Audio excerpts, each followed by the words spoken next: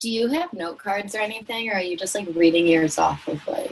I did note cards last time, and they said like my I don't know my like I guess my eye contact was not that well.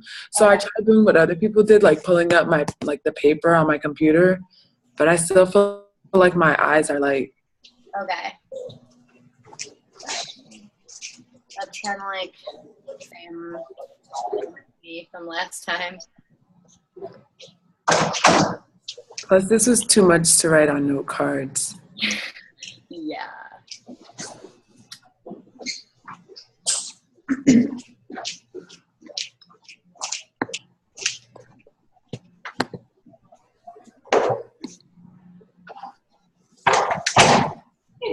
Why is it going here?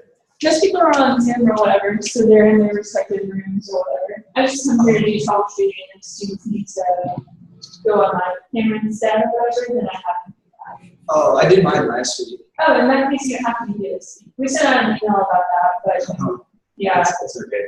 Oh, I have one question about the analysis for like the speech. Like I know the question around the syllabus and stuff, but where do you go to like do your speech? Like you give your speech. There should be a video and stuff like that. If you do yours last week, I haven't posted, but I think I'm going to do that actually after this class. And then for week one, because I didn't even do that analysis yet. Like where do I find that? Were you one of the legal students or?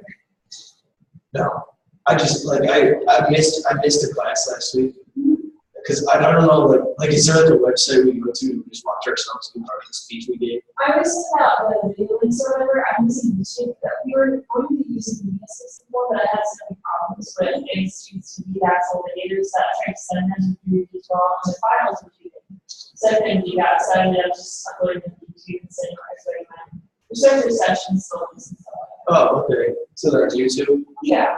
Okay. At least for my section. I don't know what the other part they're doing. I'm in the cabinet. In your mind. Yeah. So it'll always be on YouTube. Okay. All right, thank you. Because I was so confused. I was like going to the Zoom thing. I was like, where do I see my recording? You know what I mean? Yeah, I took a certain stuff, but we'll talk more about that later. If you've already gone, you don't have to be here though. Okay.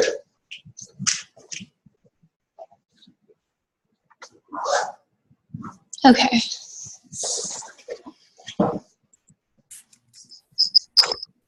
Hey everyone. Hello. Hey, we'll just have, let's see, Julia go first. Julia? Yeah. Sorry, can you hear me now? Yeah, it's okay. So Okay. whenever you're ready, you can go ahead and start. Okay. Should I do like a little intro or? You can just do kind of like last time, your name, the year in school you're in, and then informative speech, and then you can just start after. Okay, so hi, I'm Julia. I am a freshman, and the topic I'm doing is the history of the Michigan State football team. So, it was a freezing cold day in October of 2011 that thousands of fans were bundled up and huddled together, hanging on to one last shred of hope for the MSU football team. Wisconsin was up 31-30 with 4 seconds left in the game when MSU's Kirk Cousins rocketed the ball 44 yards. The ball bounced off of B.J. Cunningham's face mask, and it was caught by MSU's own Keith Nichol, who barely beat out Wisconsin's defenders before making his way into the end zone. The Spartans made the extra point, and every MSU fan and player went absolutely wild as the Spartans beat the Badgers 37-31. The football team has come an extremely long way since it started out, has been highly ranked in recent years, and has made some impressive bowl game appearances. Throughout its history, Michigan State University's football team has had incredible successes along with devastating failures that have all helped to shape the team that is loved by so many today. Many fans know the recent history of the Spartans, but not all can trace its successes and failures all the way back to its origins. Michigan State's football program has an extensive history, dating all the way back to the time when Michigan State University was not Michigan State University, but rather Michigan Agricultural College.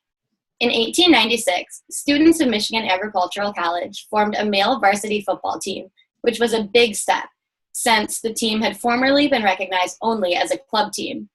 Their team name was the MAC Aggies, as they did attend an agricultural college. The Aggies were coached by Rollo Carpenter, and in their first season, only 4 games were played between teams in their league.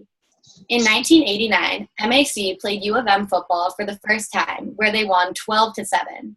Years later, after World War II, the now Michigan State College Spartans finally joined the Big Ten Conference. It wasn't until 1964 that the Michigan State College Spartans became the Michigan State University Spartans. In the Big Ten, well-known coaches Biggie Munn and Duffy Daugherty led the team to incredible lengths, specifically the victories in Michigan State's first ever Rose Bowl appearance in 1954 and their second appearance 2 years later. Being a State fan has proven to be difficult, though, as the team can be incredible one season and incredibly disappointing the next. In more recent years, however, MSU football has again been on the rise and has consistently been one of the top teams in the nation.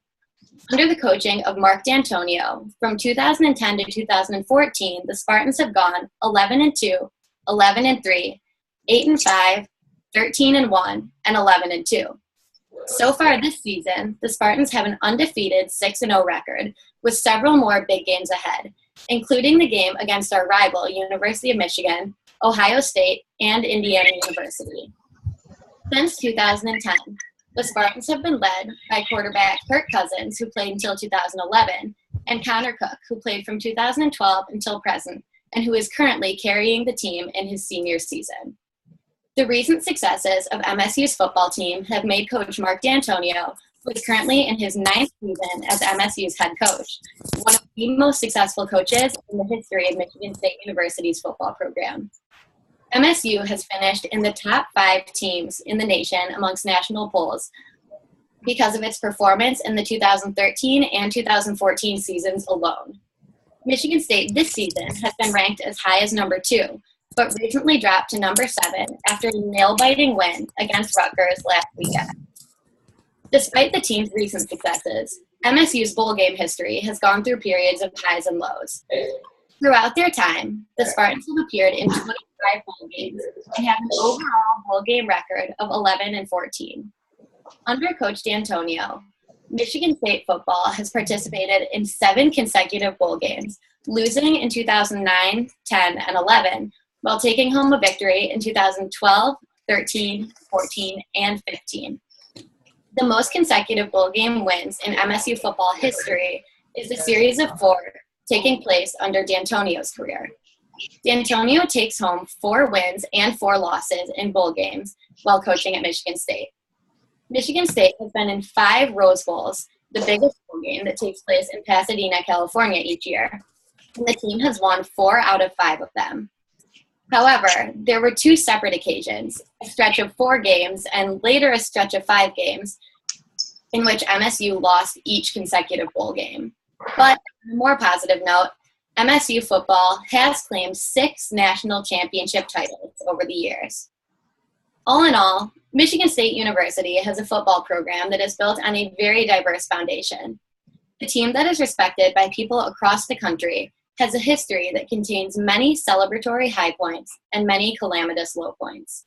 The original team was not even the Spartans, rather they were the Aggies, and the team has developed greatly since its origins. As the team grew, matured, and changed coaching, they have become incredibly successful in recent years. Finally, the bowl game history of the team has been shaky at best, but that too has contributed to the uniqueness of the program. Despite the defeats of MSU on many occasions, its successes prove that there is no reason to give up on the team, just as the Spartans proved in their last-second Hail Mary win over the Wisconsin Badgers on a frigid day in October of 2011. All right, thank you, Julia. You're free to go now if you wish. Thank you. All right, so let's see. Monica, if you could go on next, that would be awesome.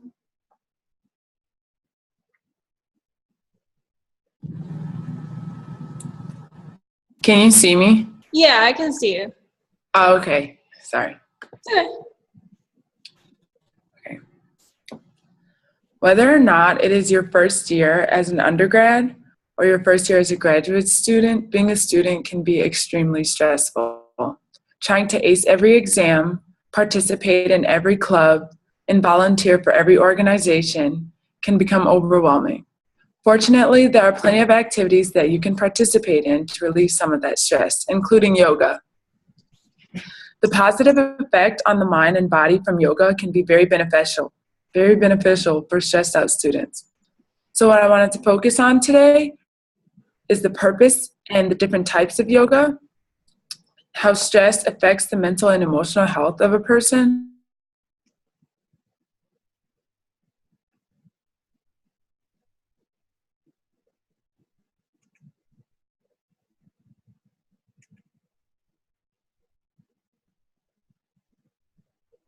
Monica?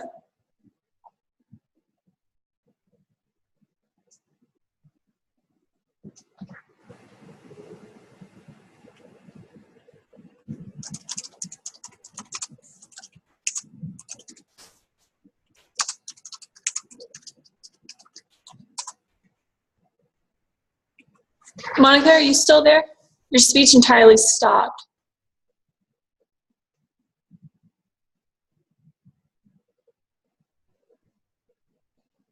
Oh.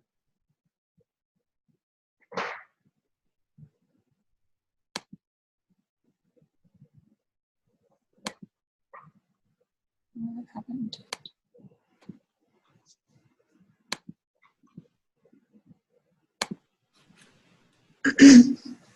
Okay, 1 second, everybody. Something happened to that speech. I don't know where she went, but.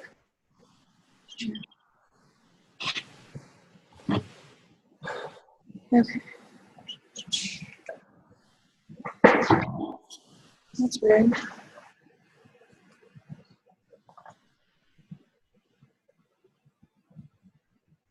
Okay.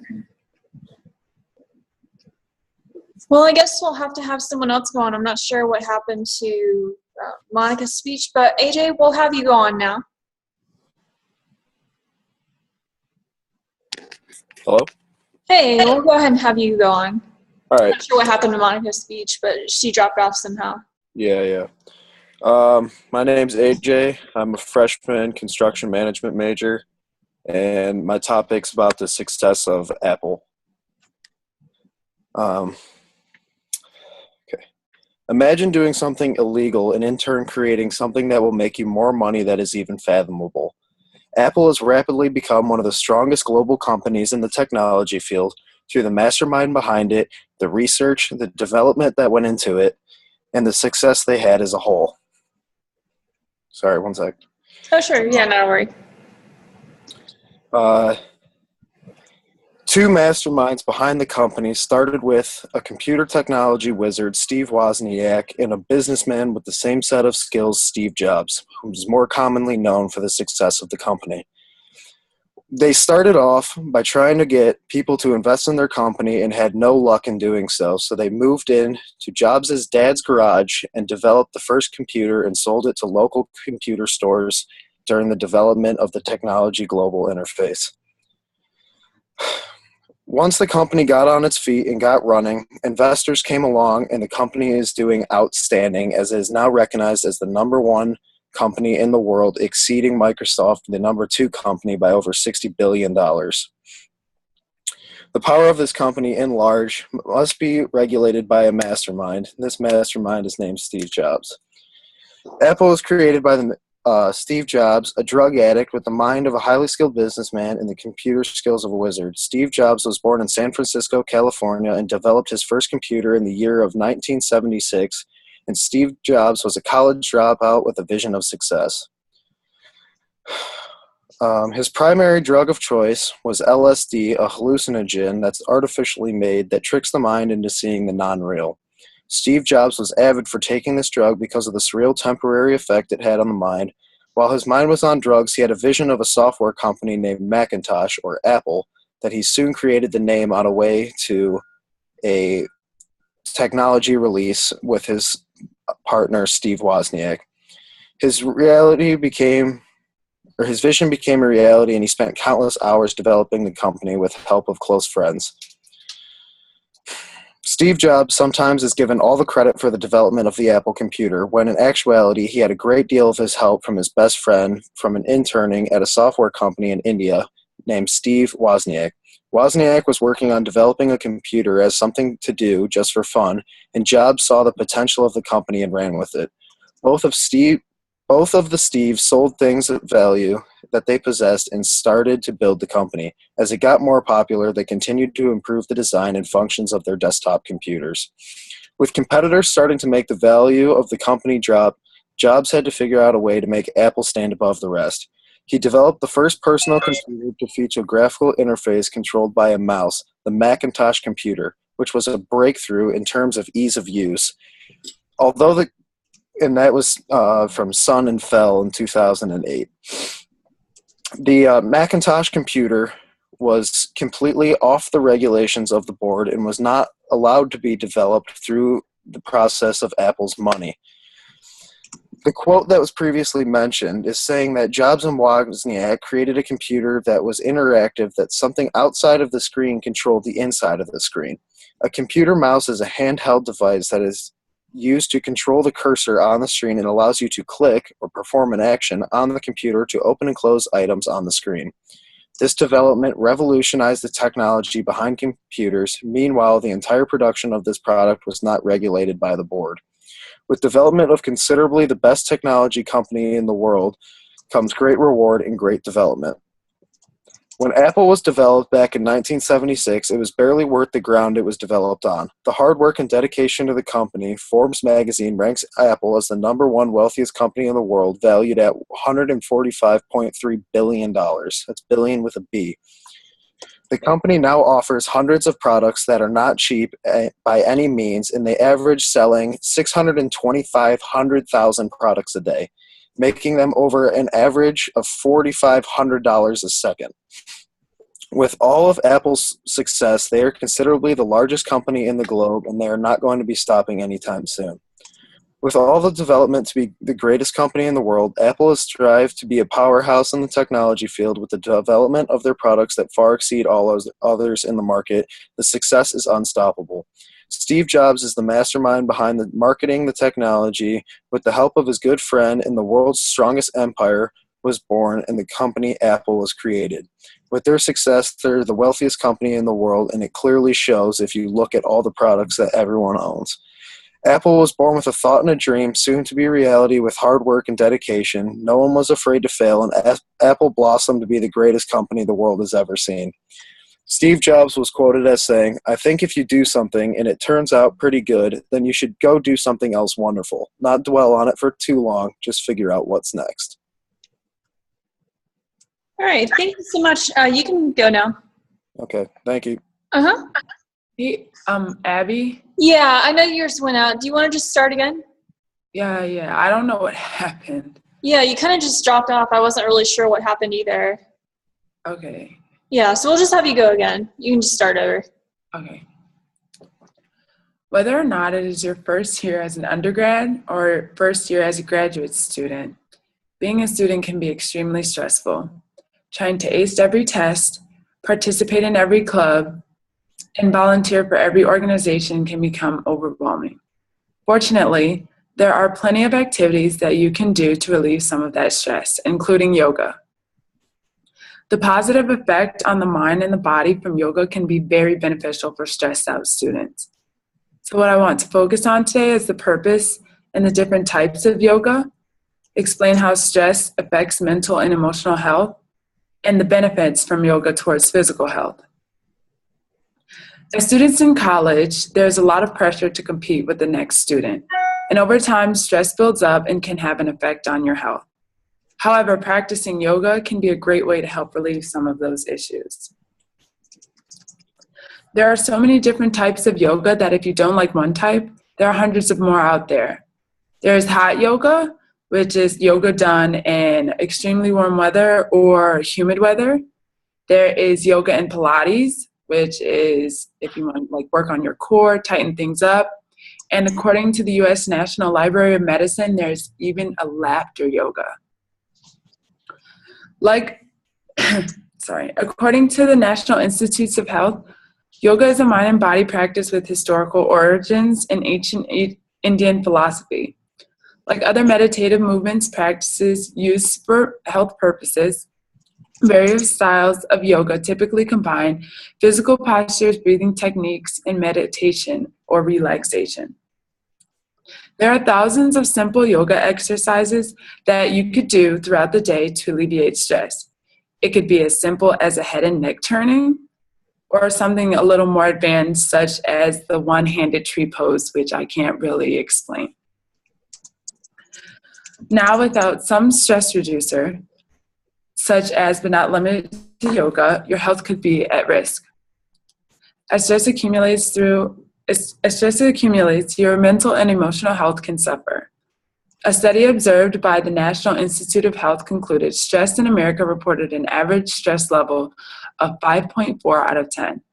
With stress levels that high, many mental and emotional health issues can form. An article from the National Health Center for Biotechnology stated increased stress levels can lead to depression and even anxiety. And just as stress can affect your mental and emotional health, it can have a dangerous impact on your physical health. The National Institute stated that there are short chemical bursts released in your body when faced with stress. But over time, when the body is constantly receiving those chemicals, it can affect a person's digestive system, breathing, and even heart rate. Practicing yoga from time to time can have a positive effect on your physical health. NASA conducted a study stating practicing yoga can release tension, increase flexibility, create stronger muscles, improve balance, and decrease your resting heart rate. By taking just a few minutes out of your day, you can reduce your stress and improve your physical health. As you've been informed of the alarming effects of stress, whether it is yoga or another activity, it is imperative that you find a stress reducer. Because of some of the threatening side effects that come along with stress, practicing yoga can be a beneficial activity toward your health. Once you have decided on which type of yoga you would enjoy, practicing it can improve mental, emotional, and physical issues due to stress. I learned the hard way about stress and how it can affect my health. But now that I have informed you of the benefits of yoga and how it can reduce stress, hopefully you can take this information and use it toward your advantage. All right, thank you, Monica. You're free to go. Okay.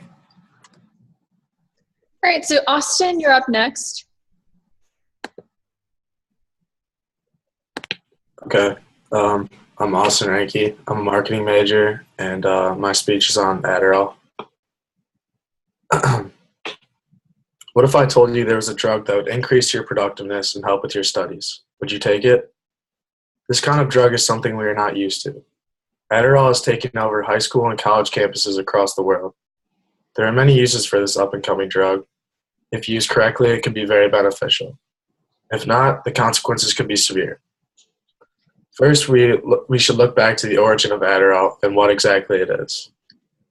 Adderall is a pharmaceutical stimulant amphetamine used to treat attention deficit hyperactivity disorder and narcolepsy. Although that is not how it started. Adderall started out as a diet pill called Ovitrol for a company named Rexar. Ovitrol lost its FDA approval because of failed blind study tests. The FDA reapproved Adderall in 1996 when Richward Pharmaceuticals purchased Rexar. Today it is legal with a doctor's prescription and rapidly increasing in college students. The benefits of Adderall have been well documented and seen over time. Adderall can change your life if you have ADHD or ADD. It contains a combination of amphetamine and dextroamphetamine. Amphetamine and dextroamphetamine are central nervous system stimulants that affect chemicals in the brain and nerves that contribute to hyperactivity and impulse control. As a direct result of the increase in levels of dopamine, serotonin, and adrenaline, users will likely experience a change in their general brain chemistry. Stimulation from Adderall can cause the brain to grow in certain areas that are associated with attention, motivation, and focus. On Adderall, patients feel they are able to be more efficient. Pulling an all-nighter at the library is simple. the annoying task of cleaning becomes something enjoyable. If you're trying to lose weight, Adderall suppresses your appetite, so you're able to not eat as much or as often. On the surface, Adderall is a perfect drug for productivity. Unfortunately, all of this good does not come without a cost. The side effects of Adderall have been under study for some time now.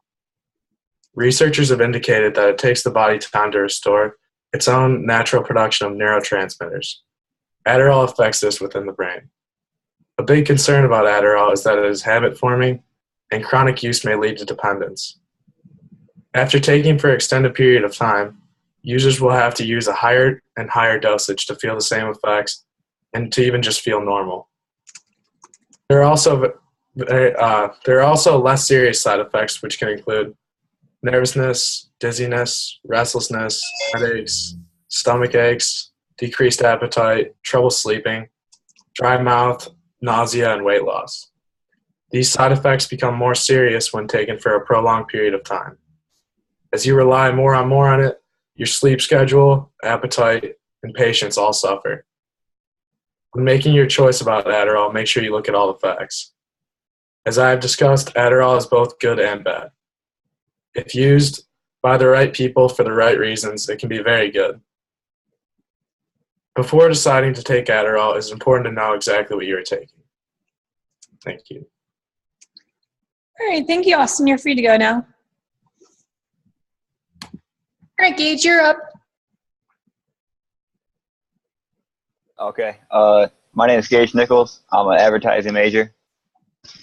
And, okay, I'll start right here. According to an article written by Jason Kobler at usnews.com, approximately 55% of all high school students play a sport. So I think my topic's going to resonate with at least a couple of you. My thesis is grass and turf fields. They differ greatly, and it really comes down to maintenance, effects on player performance, and effects on player health. You know, all three of these things will create a different type of game experience for every player. And grass and turf fields, they're different in the maintenance because a turf field, it can cost anywhere between like $13,000 and $39,000 a year in maintenance. But a grass field, it starts at like $8,000 and it can go to $48,000 a year. And a turf field, it's not going to, you don't have to mow it ever. And but you still need like chemical treatments and a constant resupply of infill. And infill is just this like these little rubber pieces. They're tiny that make a difference during the game. And maintenance is done before the game even ever starts. But during the game, the type of field the players compete on can make a bigger difference than you think. Each field affects the player in different ways. For example, when I played football in high school, I had to change my longer grass cleat spikes out for shorter ones playing on a turf field so you don't slip and injure yourself. A recent survey of 1,500 active NFL players by the NFL Players Association found that 73% of the players prefer playing on natural grass. And I found that from turf.edu. According to USSoccerFoundation.org, players say the game feels quicker and cleaner on a turf field because there's less imperfections compared to the rigged natural ground. Weather will also affect the formation of a natural field. While a turf field at worst, it's just going to get a little bit wet. With all that being said, the effect on the players will be noticeable, but it won't be game-changing in most cases. Player performance isn't the only thing. The type of field may change. Injuries are also affected by the playing field. The type of injuries you're likely to suffer on a turf field is different than the ones more frequently seen on a natural kind of field. A study published in 2011 looking at football, rugby, and soccer injuries showed that there was a higher incidence of ankle injuries on turf. And I found that on Philly.com. As the article went on, it reasoned that the more traction an athlete has on the field, the more likely they are to receive a lower extremity injury. Turf fields are known for providing more traction for cutting and juking, so it makes sense that more players are getting ankle injuries on a turf field. A grass field isn't free from injury, as most people know. Usually the actual ground is a lot harder than the turf, so there's more concussion and bone injuries. but don't get me wrong, a player could suffer from any kind of injury on any kind of field. The difference in the field is only going to increase the likelihood. Like I said earlier, the two fields they're really different. It comes down to maintenance, player performance, and player injury. So I'm hoping next time somebody asks you guys the differences between the grass field and the turf field, I hope you guys remember this speech and can hit them with some facts. Thanks, guys. All right, thanks, Gage. You're free to go. Okay, cool. All right, Genevieve, you're up next. Sweet, can you hear me? Yeah, I can hear you. Okay. All right, well, my name is Genevieve, and I'm a public relations major or communications major. And I did my speech on curly hair because, as you guys can see, I have really curly hair. And I'm going to talk to you a little bit about how to embrace it and all that kind of stuff. So here's my speech. So as many of you know, the grass is always greener on the other side. So we always like to say our neighbor, they have really green grass or whatever. And for me, it was always, well, her hair is soft and her hair is straight, so I wanted straight hair. So for me, it was all about embracing my curly hair. So I want to talk about a little bit of the genetics of curly hair, what are ways that you can embrace it, and also some products that you could use on your hair to help maintain the curl. So what is curly hair? So we can always kind of distinguish who has curly hair and who has straight hair for the most part, as long as someone isn't straightening their hair. Well, curly hair actually was the first form of hair before a genetic mutation, because the first humans, and I apologize ahead of time if evolution is kind of in this speech a little bit, but sub-Saharan Africa was the first people to inhabit the earth. And curly hair was actually a form of protection for them. It helped with heat protection. It stayed out of their sight. So for hunting, it was really good because straight hair would have gotten in the way and would have been a sight flaw. So I found this on genetics.thetech.org, which is an online website. And this process started 500,000 years ago. So another thing that we can talk about is 60% of the population has curly hair. Now this differs from super ringlets to more loose waves. So it's just about how the genetic mutation kind of took place a little bit. And you can definitely see that, just in your classroom or on campus. So hair texture has been evolving for thousands of years. And we just need to learn how to embrace it, because if we don't embrace it, you're kind of leaving out a part of who you are. And I'm just going to talk a little bit about some ways to embrace your curly hair. So I found that if you straighten your hair, it's extremely damaging. So you can tell if it's damaging your hair. If you have curly hair, your curls will start to fall a little bit. They won't be as spirally. And the ends will begin to split. And this is not good. So I actually have products that I will show you a little bit later to help. Another thing that someone could do is to do the no poo. Taylor Swift has done this. I read about it on time.com. And what it is you only shampoo your hair every 2 weeks. So this is going to keep your hair from not becoming as dry, because curly hair needs a lot more of the natural oils that the head, your body produces, than straight hair per se. And that's why straight hair can become more greasy faster than curly hair. You can also get a flat iron or a curling iron to help if you are trying to embrace your hair, but you want to find one that has heat settings on it.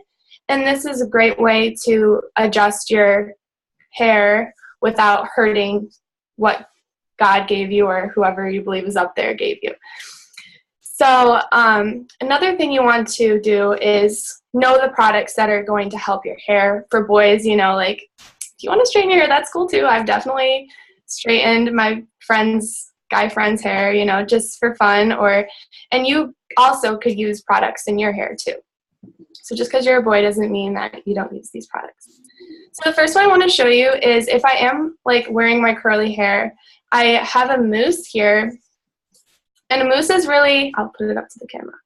A The mousse is really helpful if you are going to embrace your curl, to keep the curl intact without it being like super frizzy.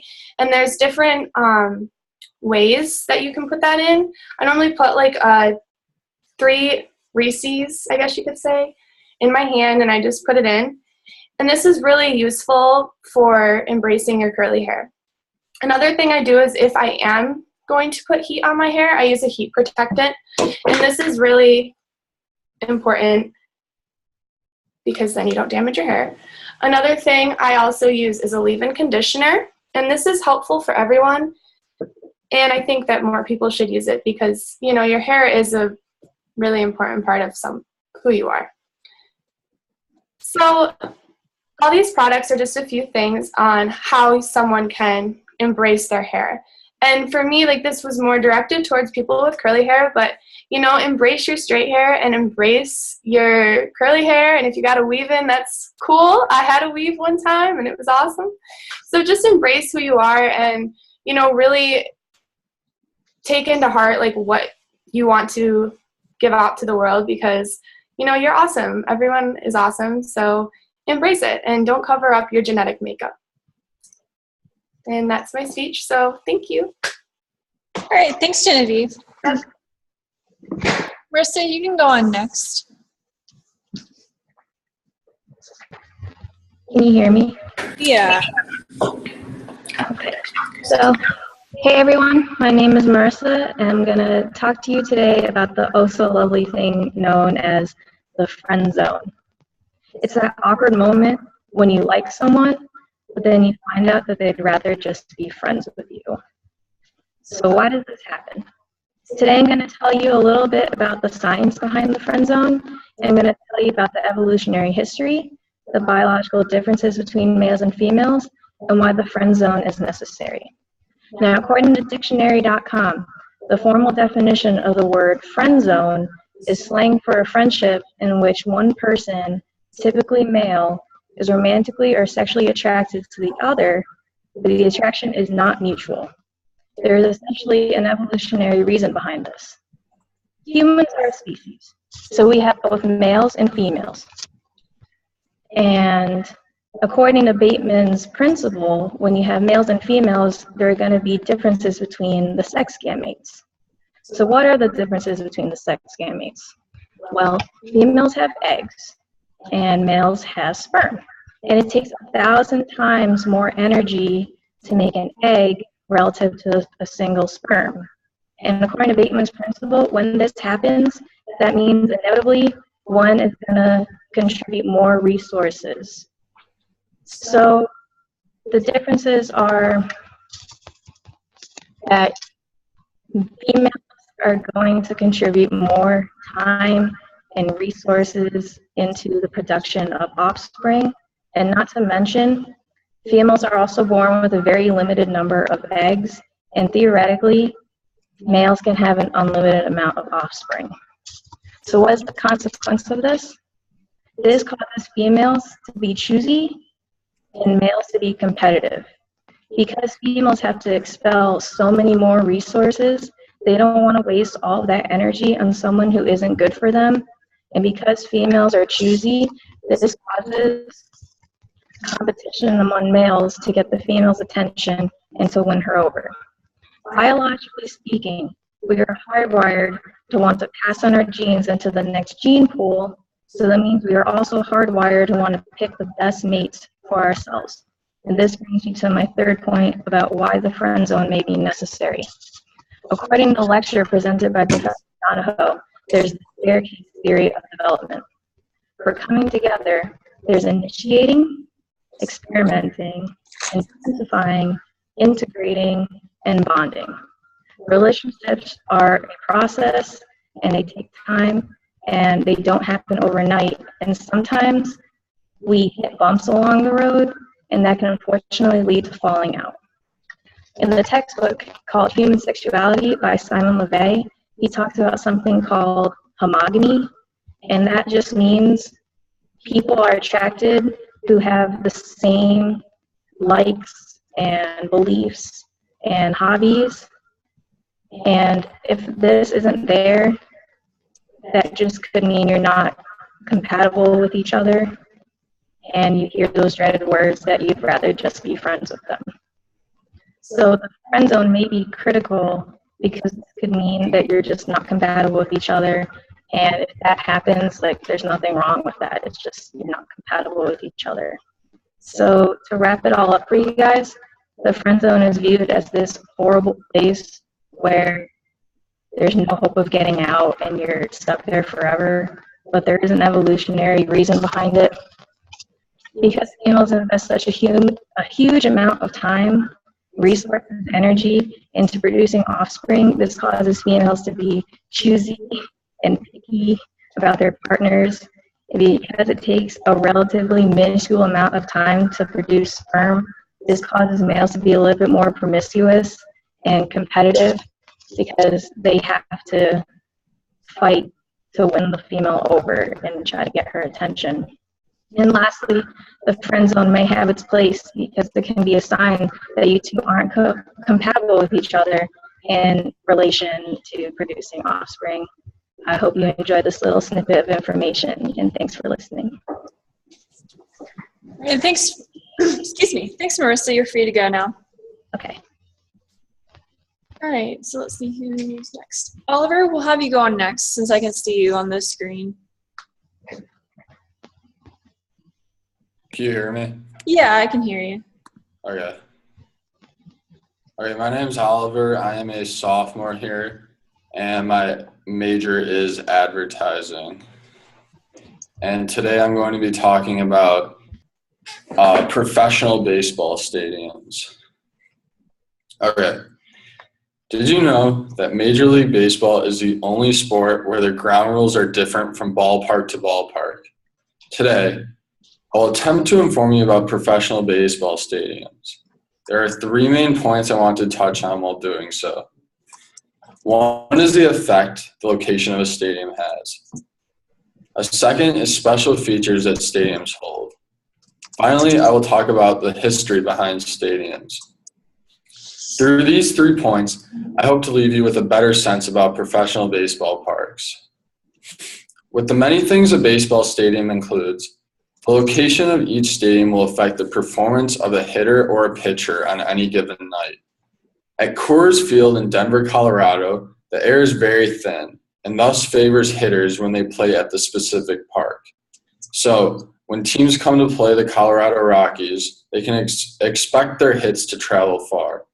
According to Bleacher Report, the ball still travels 9% further at 5,280 feet than at sea level. It is estimated that a home run hit 400 feet in sea level Yankee Stadium would travel about 408 feet in Atlanta and as far as 440 feet in the Mile High City, or Colorado. This shows that while the game being played still stays the same, the location of the stadium will most likely give hitters the advantage. And a hit into the outfield air could be the difference between a fly ball and a home run. Aside from the effects of location, each stadium has a specific feature that distinguishes it from other ballparks. An example of this would be at Chase Field in Arizona, where they built a swimming pool suite in the outfield stands, where according to the Richest article, you can rent the swimming pool suite in right center field of Chase Field. Fans get access to an all-inclusive menu, a private hot tub located next to the pool, spa treatments, plush patio seating, private changing room with showers and restrooms, their own lifeguard, and even a personal bar. This is just one of many features one can find when going to any of the 30 Major League Baseball stadiums around the country. Each stadium is designed to fit their audience and in many ways build these features to attract them to their games. With many features or attractions at a baseball stadium, one thing has remained the same in some stadiums, and that is history. There are very few stadiums that have been around for a century. Fenway Park in Boston has been in use since 1912, and the distinguishable green monster has also stood ever since. Boston fans have always been loyal even when their team had a curse before finally winning the World Series in 2004.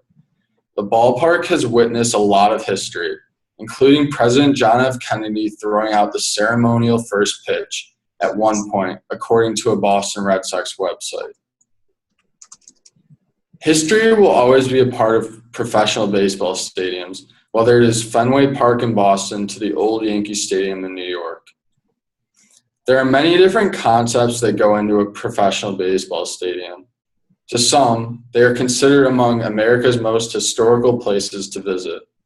The location, key features, and history of a stadium are just a few examples of how each place is different from one another.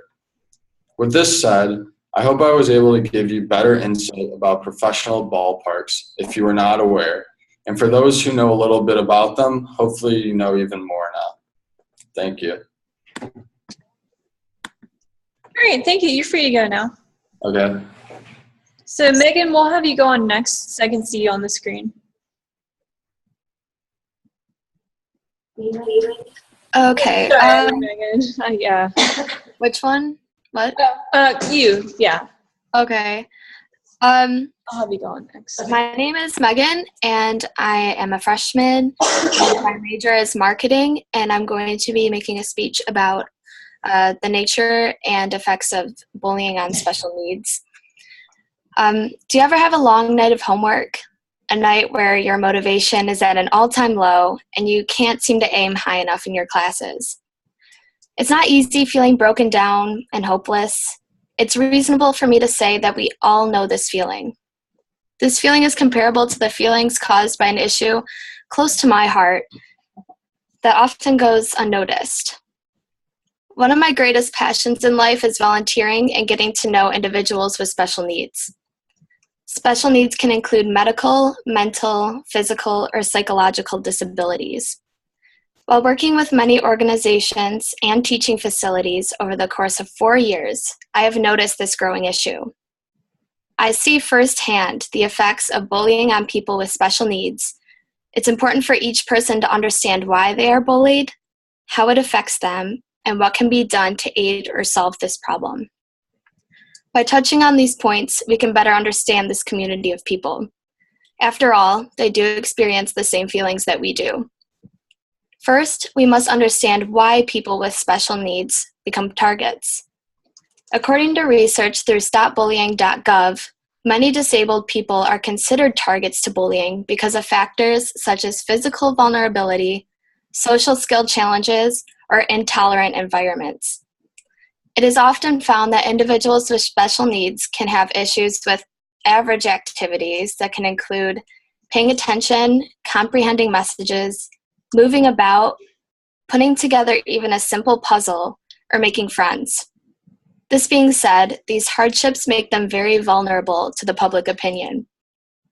These minor differences between these individuals and fully functioning people are prone to name-calling, exclusion, and lasting impacts on self-esteem and motivation. Keeping this in mind, we are able to relate some of the things they feel when harsh actions and words are directed towards them. Bullying not only influences ideas, but it also affects minds in the sense of emotions. It is common for bullying victims to feel depressed, lonely, and uninterested in different activities, and forming them like negative outlooks. For the children that I worked with, it was easy for me to see when someone was affected by bullying through the way that they spoke and carried themselves. Bullying can also affect learning and growth. When people with special needs are discouraged or put down, it's hard for them to regain motivation to pursue higher levels of education and work towards their assigned or personal goals. As life progresses, words and actions are manifested in memory, such as when we are hurt or broken down by our peers. These negative long-term effects from bullying should and can be prevented. As of the late 90s and early 2000s, there have been harassment laws passed for those with disabilities. Laws and groups are frequently being formed to address the issue, such as the Americans with Disabilities Act in 1990 and support groups including the U.S. Departments of Education and Justice. Although some of the best bullying prevention starts in the home, parents are gradually learning more and more about preventing and explaining bullying to children. By using simple techniques and support mechanisms, parents and siblings can lift the member of their family with special needs. It is very simple to prevent and hard to correct, but education of this issue is helpful to each person. You never know, you could be the next person to reach out. Awareness is being spread daily about why people with special needs are bullied, how it affects them, and what can be done to aid or solve the problem. But what does it have to do with you? When considering these points, we find that bullying affects all of us, either directly or indirectly. By understanding why and how, it is possible to recognize the bullying issue around us more often. After years of seeing the effects of bullying on the people that I work closely with, I know that it is my duty as a community member and friend to build self-confidence, stand up to bullying, and recognize that I can empathize to what it feels like. All right, thanks so much. You're free to go. Thanks. All right. I'm going to have another student come on. She's got to do her speech, so. Okay. Just right here. Oh, shoot. Okay. Do you see yourself on the screen? Yeah. Okay. It's just like weird looking here, but there. Okay. Yeah. Okay. I'm just gonna do that facing this way. Sure. If that's okay. All right. My name is Megan. I'm a sophomore, and my major is advertising with a public relations minor. Okay, so my speech, I kind of did it on like the history of lacrosse and like the roots in America. All right, so nowadays we can sit down on the couch, watch a professional sports game and our favorite athlete playing in our favorite game. Football, baseball, and basketball are among the most popular to watch in the U.S., with tons of other sports falling behind, in particular lacrosse. Though not very popular, it is growing faster than ever into a more known and played sport. With its roots in early America, all forms of the native version of lacrosse are intense athletic contests of great skill, pride, and spiritual significance. I got that from this really cool website. It's just uslacrosse.org. History of Lacrosse was the name of the article.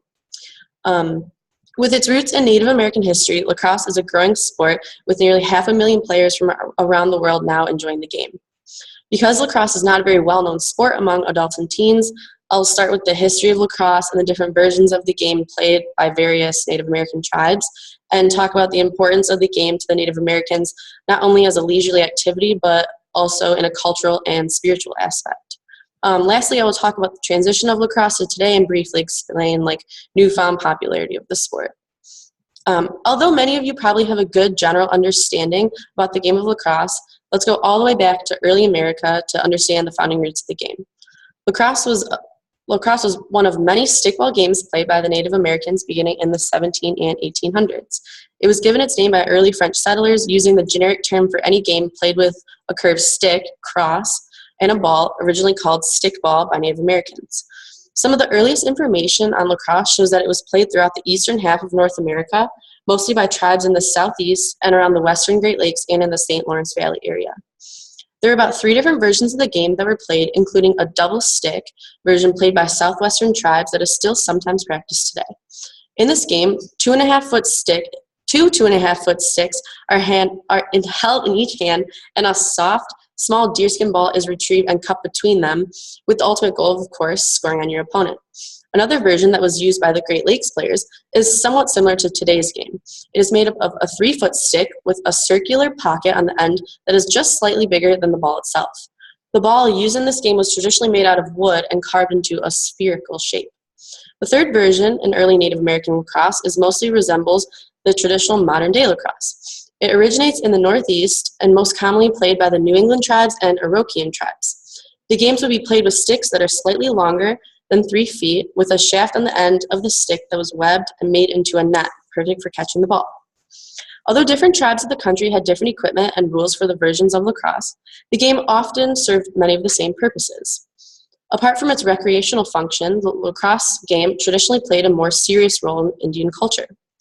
As most sports are today, lacrosse served a fun and competitive getaway and was one of many favorite pastimes by Native Americans. It was enjoyed by people of all ages, and as a very intense and physical sport, was, and probably still is, also used to vent aggression. Its origins are rooted in legend, and the game continues to be used for curative purposes and surrounded with ceremony. Game equipment and players are still ritually prepared by conjurers, and the team selection and victory are often considered supernaturally controlled.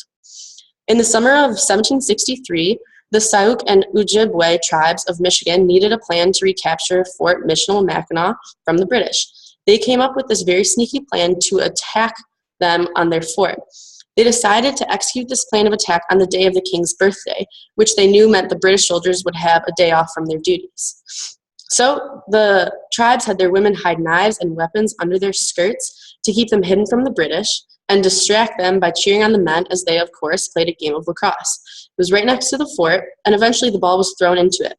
The attack commenced. The players from both teams dropped their sticks, grabbed the weapons from the women, and stormed the unsuspecting British through an open main gate, capturing the fort and all their goods. Lacrosse was clearly considered more than just a game. Native people played to help in the healing process, to settle disputes, to help their spiritual development, and to prepare for war. The traditional face-off included the teams yelling the names of their creator and raising their sticks to the sky.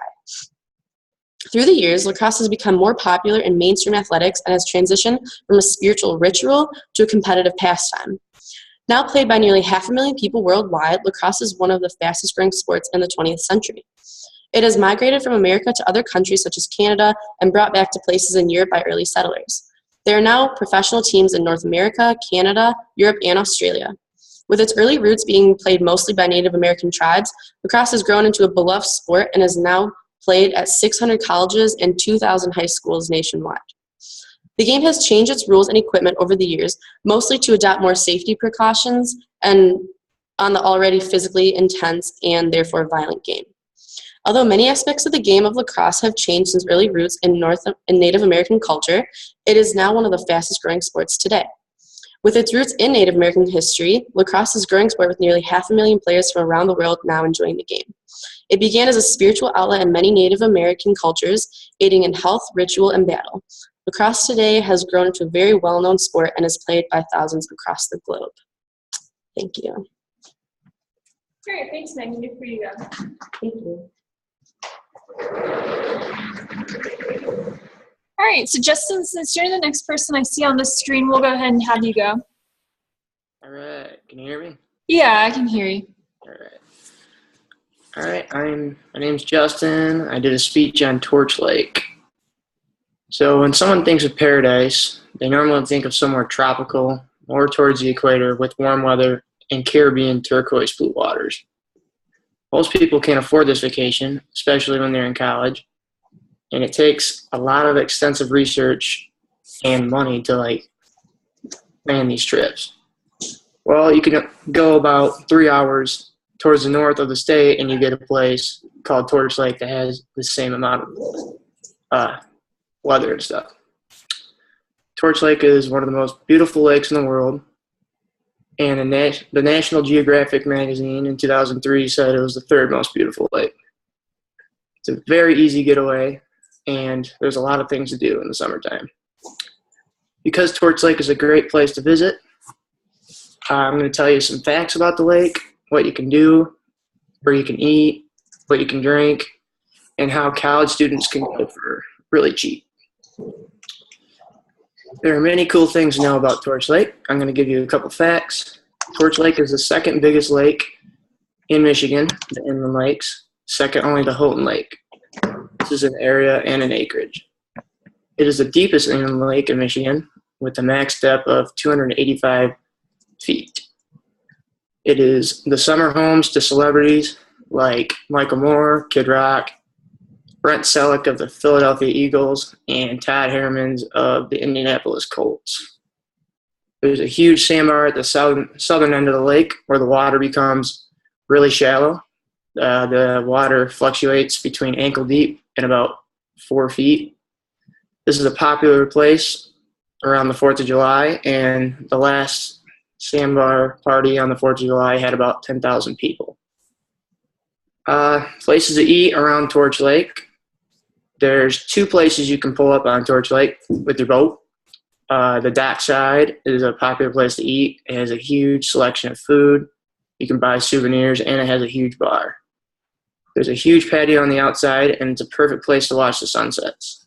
Another place you can eat is the Alden Bar and Grill, and you can pull up with your boat. It's also got a huge patio and got a lot of food and has a bar too. Torch Lake is part of a lake chain called the Chain of Lakes, which allows boaters to travel between lakes and have more food options. Shorts Brewing you can actually access through the water. All you have to do is go up the Chain of Lakes and into Lake Bel Air, and you can go to one of the best craft breweries in the state of Michigan. And if you happen to get stuck with rainy weather, it's only a 30-minute drive to Traverse City, which has a lot of places you can eat and shop. And if you're a college student, vacations are really expensive, so it's really easy to make a vacation out of Torch Lake because you can just walk out to the sandbar. You don't need a boat or a jet ski to get there. You just grab some inflatables, cooler, just go out and have a good time if the weather is nice.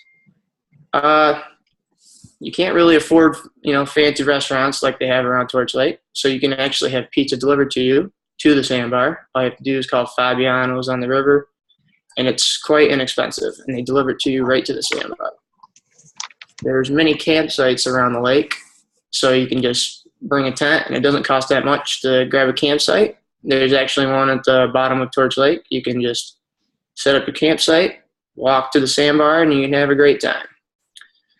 Because of its crystal blue waters, attractiveness to celebrities around the country, places to eat, and things to do, and how affordable it can be for a college student, there's no reason you can't just hop in your car and drive up and have a good weekend. And this is why you should visit Torch Lake. And that's it. All right, thanks, Justin. You're free to go. Thanks. All right, Charlie, we'll have you go on next since you're the next person I see on the screen. Sure. I'm Charlie Warren. My speech is on the value of a college education and why you should go to college. And here it is. Based on a study conducted by the Pew Research Center, millennial college graduates ages 25 to 32 are earning on average about $17,500 more a year than employed people of the same age. Not only will attending college give you an immediate advantage to succeed, but it also will allow you to develop an experience aid that will develop skills and experiences that will aid your working career. Even with the increased cost of tuition, it is still in your best interest to get a college education. This is because college grads are more hireable than those who opted just to use a high school diploma. The bottom line is that college graduates are making more with higher employment rates. Also, graduates are more likely to be able to work in a field of their choice. And lastly, students going to college adapt. They have opportunities to learn and develop key skills that are applicable to their working careers. First and foremost, the economic gap between graduates and non-graduates has never been higher. As I said before, the $17,000 salary difference is large and only growing. The postgraduate rate of unemployment is only 3.8% compared to 12.2% of non-grads. This higher employment rate is a testament to college being an advantage in the short run. With substantially higher wages and jobs available, students are earning more money to pay off their debt. If you obtain a 4-year degree, you are giving yourself the best statistical chance to succeed. College grads are able to work in specialized job environments that require a degree or experience in that given field. A college education offers outlets for students to pursue the kind of jobs they want. The benefits of these jobs require college degrees. The benefits of these jobs that require college degrees are self-interest, autonomy, higher wages, and no physical labor. Millennials with a high school diploma or less are about 3 times more likely than college graduates to say that their current work is just to get them by. Graduates are frequently achieving career jobs out of college and starting their desired career. A college experience provides much more than just a degree. Going to school presents numerous opportunities that don't exist elsewhere. By nature, college students develop superior communication skills. This is because of the high amount of people that you will meet throughout your college experience. Many would argue that communication skills are more important than qualifications in the job world. In college, you reinforce your communication skills, such as conversations with different kinds of people, professional emails, and reports. Another advantage of meeting so many different kinds of people is networking. Networking is an extremely important skill that can lead to big opportunities like a job interview. not all graduates are generally working in smaller circles and have fewer connections. It is not to say that these skills and experience aren't accessible elsewhere, but the college environment consistently presents these opportunities. It is because of all these reasons that the college education is still worth the increasing cost of tuition. The college experience will best prepare you for your desired working career. Without an education, it's harder to get a full-time job. And if you want the best chance to succeed financially and socially, a college education is the right decision for you. All right, thanks, Charlie. You're free to go now. Thanks. All right, Jinlin, so you're up next.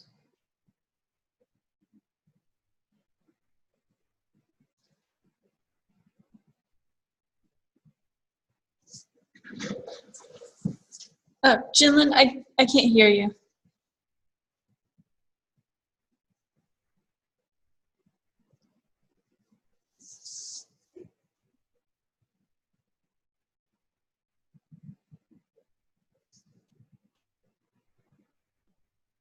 Your mic's not on. There you go. Okay. Sorry. It's okay. Hi, my name's Jingling, and I'm the freshman this year. Today I'm gonna talking about Chinese instrument pipa. Talking about pipa, the first time I'm seeing it is in the Chinese orchestra concert. At that time, I was totally fascinated by its limpid and graceful sound. It looks so special and meaningful among all the instruments, and it also plays an indispensable part in an orchestra. Pipa is the most precious product which contains interesting history with the art of instrument. It stands out by its amazing sound. The pipa has a long history and distinct status in Chinese traditional musical instruments, and it's made of various materials with a beautiful shape. Playing skill of pipa is also one of a kind. Let's start from knowing the colorful history of pipa. The pipa is one of the most popular Chinese instruments and has been played for almost 2,000 years in China. Several related instruments in East and Southeast Asia are derived from the pipa. Traveling over Asia trade routes, it brought not only a new sound, but also new repertoires and musical theory. During the early Tang Dynasty, foreign music became very popular. A fusion of original Chinese pipa took place such that the instrument gradually became what the present pipa looks like toward the middle of the Tang Dynasty. Meanwhile, the playing method has been developed and the repertoires increased. One of the greatest developments was that the left hand became totally free by holding the instrument vertically. Today, pipa is well known as a solo instrument, whose repertoire is a virtuosic and programmatic style that may evoke image of natural or battle. The history of pipa shows how special it is in China, and now we start to know what it's made of and what it looks like. Pipa is a four-strings Chinese musical instrument belonging to the plucked category of instrument, sometimes called the Chinese lute. The instrument has a pear-shaped wooden body with a varying number of frets, ranging from 12 to 26. Superior pipa frets and peg box are made by ivory or ox horn. A peg box is the main part of pipa. The houses the turning pegs, which can make distinct sound of tones.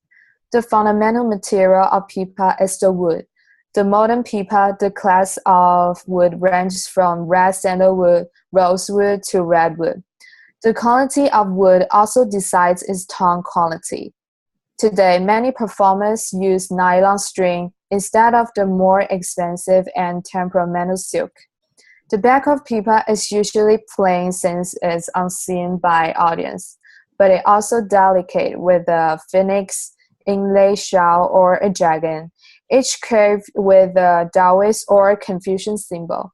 This feature mixture of philosophies illustrate the influences of these religions in China. The beautiful decorated instrument was probably made as a noble gift, possible for traditional Chinese wedding. How special to make a pipa, isn't it? The playing technique for pipa is also special. The word pipa describes the plectrum's plunking strokes. P. Use index finger to play forward. Pa. Use thumb to play backward. The playing technique consists of right hand fingers plunking the string and the left hand fingers touching the string in a variety of ways to create melodies, ornaments, and special effects. The fingers that plunk the string move outward, just the opposite to guitar techniques. The frets head pretty high, which allows the string to push, twist it, and press. There are over 60 different techniques that has been developed through the centuries.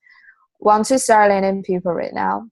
If you go to China, you don't want to miss this traditional instrument concert. People can play solo or as a part of large ensemble or in a small group. If you remember anything I say today about pipa's history and its special categories, you will know why it's prevalent so far in China. That's all. All right, thanks. You're free to go. Thank you. Mm-hmm. Kristen, are you online?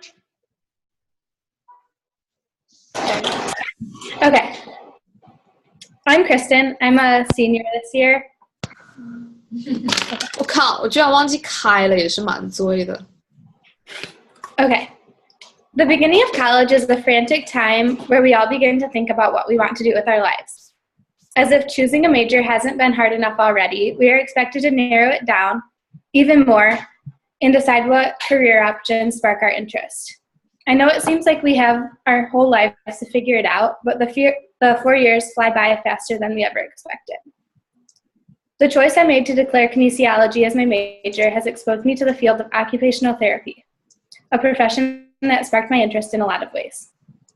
I want to discuss with you how I chose kinesiology as my major, explain my discovery of OT, and my admiration of the rehabilitation process. Exploring your interests is the first step in to finding your niche.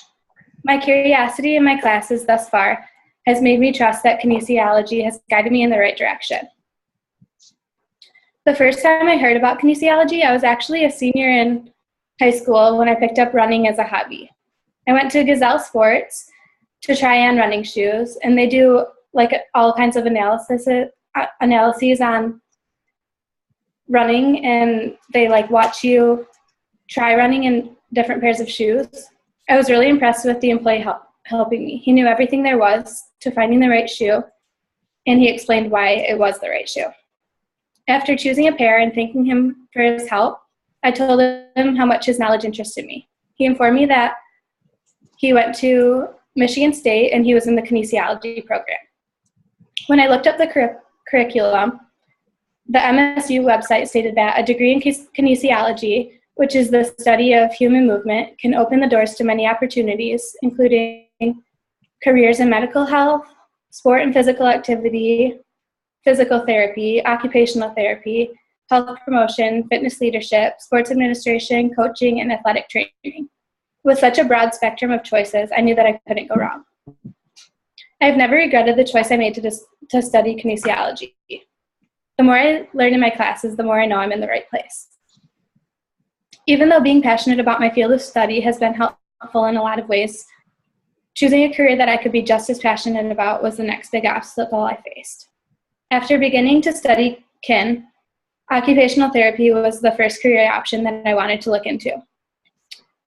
A close friend of mine got into a longboarding accident during my sophomore year of college. The helmet he was wearing was too loose, and he suffered from a traumatic brain injury that resulted in a coma. He was in a coma for about a month.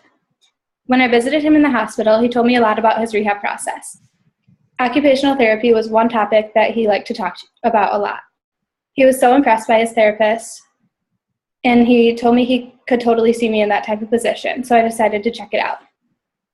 The way I like to explain occupational therapy is anything you do throughout the day that occupies your time. OTs, according to the American Occupational Therapy Association, help people across the lifespan participate in the things they want and need to do in the therapeutic use of everyday activities. This can include helping children with injury regain skills and providing support for elderly adults who experience cognitive changes. This type of work can be done in a variety of settings, such as clinics, hospitals, schools, and even home care. The aspect of occupational therapy that I'm most interested in pursuing is rehabilitation. Among rehabilitation, there are so many opportunities and specializations that are possible. I recently shadowed a rehab hospital called Mary Free Bed. It's in Grand Rapids, and the facility offers a variety of treatments in returning people to the most function, the most ability, and the most independent. Mary Free Bed, according to their website, strengthens the mind, trains the body, and inspires hope in patients and families. Nothing has motivated me more after observing such intense transformation and the therapist-patient contact that I experienced at this care center. I also obtained an internship in Lansing at an orthopedic rehab center. The opportunity has continued to build my admiration of the rehab process and different techniques therapists can use to strengthen their patients and get them back to a functioning level. The transformation I have made in the last 4 years from not having a clue what I wanted to do to being 100% passionate about my future has been overwhelming but also incredible. Studying kinesiology has directed me to a field that I love and can't wait to pursue. The classes I've taken in my undergrad program have reiterated and confirmed my interest.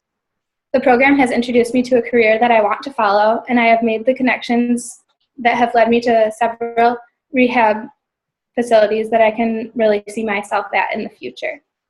This is my success story in finding my passion and following it. I know that a lot of you listening are freshmen, and if there's one piece of advice that I can offer you, it's that everything really does fall into place and not to fret too much. Here I am in my senior year, finally being able to tell you what I want to do with my life, how I got here, and how excited I am for what's to come. All right, thank you, Kristen. You're free to go now. Thank you. All right, so Connor, you're online. Can you see me? No, I can't. I wonder how I change that.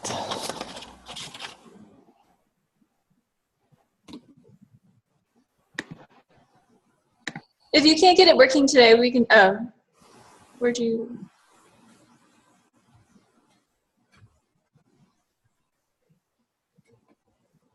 What do I press? I don't know, I can't see you at all now. I mean, is your camera on and stuff? Yeah, I can see the screen that yours is on. Yeah, I can see that too. Let's see.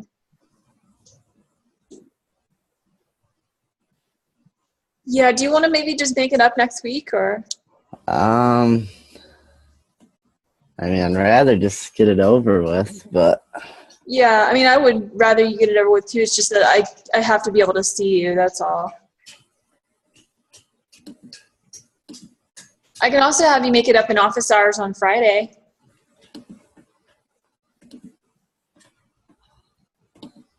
there's got to be something, because I was watching kids, I could see them sometimes, and then sometimes I couldn't.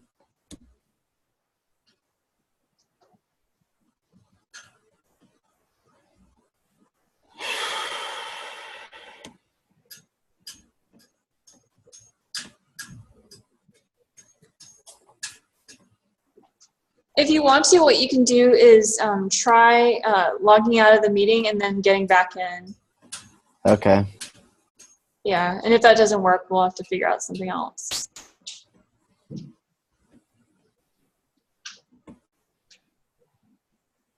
Did you need to give your speech today, or? Oh, no, I just stayed here because I delivered in Christie. Gotcha.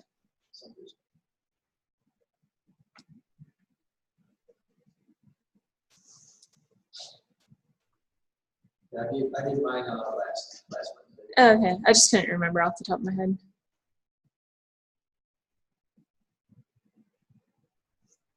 All right, so I still can't see you.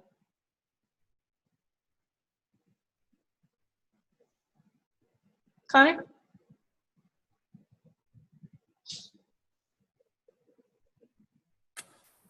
Oh, what the heck?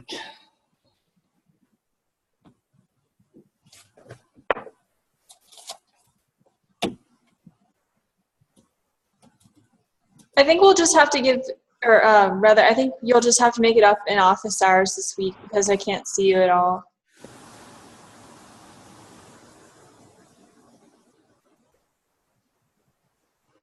Dang it.